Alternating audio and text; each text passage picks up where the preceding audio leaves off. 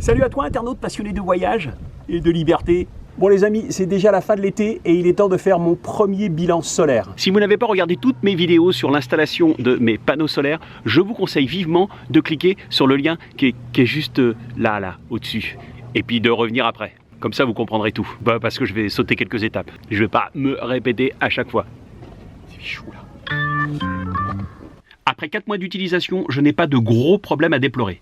Si ce n'est quelques petits ajustements par-ci par-là. Est-ce que les fixations de mes panneaux solaires sont bonnes? Pour rappel, les supports sont directement collés sur le toit du camion. Collés à la Sika dans les règles de l'art. Pour le moment, ça ne bouge pas d'un millimètre. Même sur l'autoroute, à 130 km/h, ça bouge pas. Rien. Même dans le vent, en latéral, ça bouge pas. Avec la pluie, ça bouge pas. Même quand on roule pas, ça bouge pas. Bon, ok.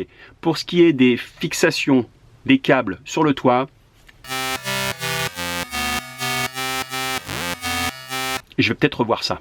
Oui, parce qu'en fait, on m'a dit que ça tiendrait pas avec le temps. Pluie, chaud, froid, soleil, tous ces petits trucs-là. Il paraît que les petits colliers blancs, ça résiste pas très bien aux UV. Ça va finir par casser et lâcher. C'est pas très grave, c'est facile à remplacer. On va refaire. À l'intérieur, j'ai rajouté des bouchons. Tout simplement parce que les passe-câbles qui sont sur le toit, qui permettent aux câbles de rentrer à l'intérieur du fourgon, sont collés et vissés. C'est juste pour éviter de me blesser la main.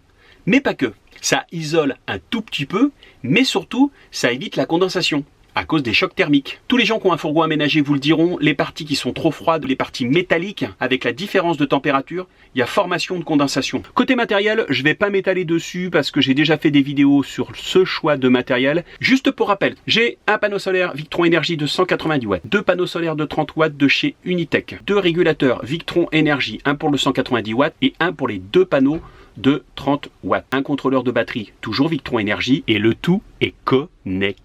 Au début, je me suis dit, bon, ça fait un peu gadget. Et en fait, mais carrément pas. N'oubliez pas que d'être autonome, ça demande de gérer ses ressources autrement. C'est pas comme à la maison. C'est limité. Concrètement, avec l'application Victron Connect, je peux voir comment bossent mes régulateurs. Et je peux même connaître le rendement de mes panneaux solaires sur les 30 derniers jours. Mais le top du top, c'est le contrôleur de batterie. Je peux connaître à tout moment ma consommation, le nombre de watts et les ampères que j'utilise. Il m'indique même le temps qu'il me reste si je continue à solliciter ma batterie de cette manière. Le truc super aussi, c'est comme les régulateurs, je peux regarder l'historique des 30 derniers jours. Vraiment, hein, je le répète, hein, ça n'a l'air de rien comme ça, mais ça vous apprend vraiment beaucoup sur votre consommation. Et aussi, comment votre matériel produit. Vous n'êtes pas obligé hein, d'avoir un contrôleur de batterie, hein. Vous pouvez fonctionner sans. Hein. Et si comme moi, vous êtes un gros consommateur d'énergie, ça vous aide pas mal quand même. Pareil, hein, vous n'êtes pas obligé d'avoir un contrôleur de batterie connecté. Mais quand même, c'est bien pratique. Parce qu'avec votre tablette, vous pouvez regarder vos régulateurs, votre contrôleur en même temps et vous avez un historique de 30 jours. La petite cerise sur le gâteau, c'est comme tous vos appareils sont Bluetooth, ils peuvent se connecter entre eux.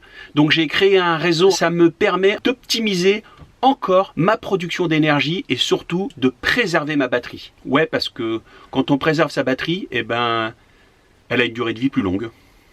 Et puisqu'on parle de batterie, je vous rappelle qu'elle fait 165 ampères heure. Mis à part qu'elle soit très lourde, je me suis jamais retrouvé en difficulté. J'ai passé 4 jours en forêt, à l'ombre, avec une journée bien nuageuse, où autant vous dire que la production énergétique, elle était quasi nulle. En utilisant mon ordinateur 8 à 10 heures par jour, j'ai bouffé 63 ampères heure de ma batterie et il m'en restait encore. Après ces 4 jours, je suis sorti de la forêt et j'ai mis mon fourgon en plein soleil et en 4 ou 5 heures, il était rechargé. Mais n'oubliez pas que c'est des panneaux solaires, leur rendement varie en fonction de l'inclinaison du soleil, des nuages. J'ai même eu une journée assez surprenante où mon 190 watts m'a fourni 191 watts et mes 2 panneaux solaires de 30 watts m'ont fourni 61 watts. Ça veut dire qu'il y a un très bon rendement. Et enfin, le convertisseur chargeur. Alors autant vous dire que le convertisseur de 400 watts, ça suffit amplement. Vu que les panneaux solaires me produisent suffisamment d'énergie, voire même trop, je n'ai jamais utilisé la partie chargeur. Je vais certainement l'utiliser cet hiver, mais pour le moment, je ne peux pas vous dire si ça fonctionne bien ou pas. Pour conclure, vous l'aurez bien compris, je suis super content de cette installation solaire. Elle répond vraiment à mon cahier des charges. Je sais qu'à partir de maintenant, avec l'automne et l'hiver, la production solaire va être de plus en plus difficile. Évidemment, je vous tiendrai au courant à la fin de l'hiver et vous faire un petit bilan solaire. Il va falloir que je chope le moindre petit rayon de soleil. Voilà, j'espère que cette vidéo vous a plu. N'hésitez pas à la liker, à la partager sur les réseaux sociaux. N'hésitez pas aussi à vous abonner à cette chaîne si vous ne l'avez pas encore fait. N'hésitez pas à mettre la petite cloche pour être au courant de tout ce qui se passe sur cette chaîne en temps réel, en live, tout de suite, now, maintenant. Et puis j'ai envie de vous dire salut. Alors je vous le dis, salut.